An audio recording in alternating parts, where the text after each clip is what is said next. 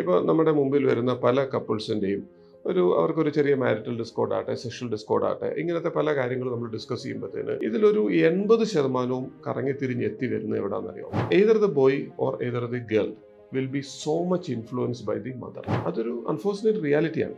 Because ആ കല്യാണം കഴിക്കുന്ന മൊമെന്റ് വരെ ആ ബോയ് അല്ലെങ്കിൽ ആ ഗേൾ ഏറ്റവും കൂടുതൽ ഇൻവോൾവ് ചെയ്യുന്ന ആരുമായിട്ടായിരിക്കും? സ്വന്തം അമ്മയായിട്ടായിരിക്കും. അപ്പം അമ്മയോട് ചോദിച്ചിട്ടായിരിക്കും ഓരോ കാര്യങ്ങളും അവർ ചെയ്യുന്നത്, അല്ലെങ്കിൽ അമ്മയുടെ ഇൻഫ്ലുവൻസിലായിരിക്കും അവർ ഓരോ കാര്യങ്ങളും പ്രവർത്തിക്കുന്നത്.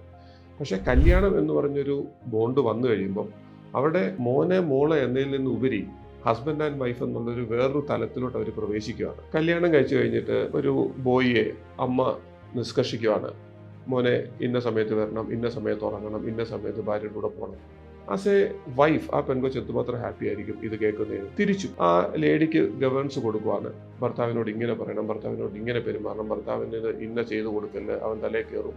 സോ ഒരിക്കലും ഒരു ഹസ്ബൻഡ് ആൻഡ് വൈഫ് ആയി കഴിഞ്ഞാൽ as parents you should give them a space. അവരുടെ പേഴ്സണൽ ലൈഫിൽ പിന്നെ ഇടപെടാൻ പോകരുത്.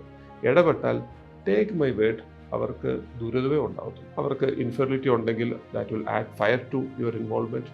അവർക്കൊരു സെക്ഷൽ ഡിസ്ഫങ്ഷൻ ഉണ്ടെങ്കിൽ that will add fire to their sexual problems. അവർക്കൊന്ന് തുറന്ന് സംസാരിക്കാൻ പോലും പറ്റുമെന്ന് വരത്തില്ല. അതുകൊണ്ട് my request to parents of young couple is that let leave or spare them. അവർക്ക് അവരുടേതായ മൊമെന്റ്സും അവരുടേതായ സമയം കൊടുക്കുക.